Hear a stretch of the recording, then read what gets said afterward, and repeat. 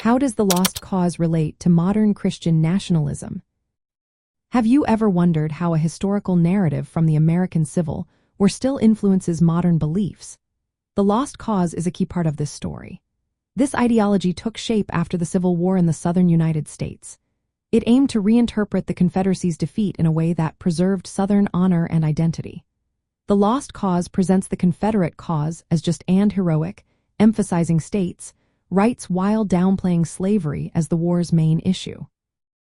This narrative idealizes the antebellum South, portraying it as a society of benevolent slaveholders and loyal, contented enslaved people.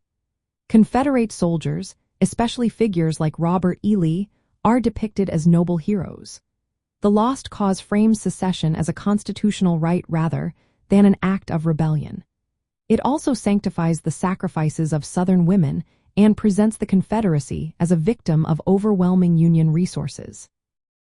Religion played a significant role in the lost cause narrative.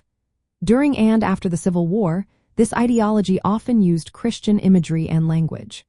Leaders like Robert E. Lee were portrayed in Christ-like terms, framing the Southern cause as righteous and divinely sanctioned. This religious aspect helped white Southerners cope with their defeat and the challenges of Reconstruction. Now, let's connect this to modern Christian nationalism. This movement emphasizes blending Christian identity with American national identity. It often promotes the idea that the United States is fundamentally a Christian nation. There are thematic connections between this and the lost cause. Both use religious symbolism and narratives to assert specific social and political orders. Christian nationalism frequently invokes ideas of a divinely favored nation. This is similar to how the lost cause depicted the Confederacy as a virtuous society fighting against tyranny. The legacy of the lost cause has shaped Southern identity and political culture, which often overlaps with contemporary Christian nationalist rhetoric.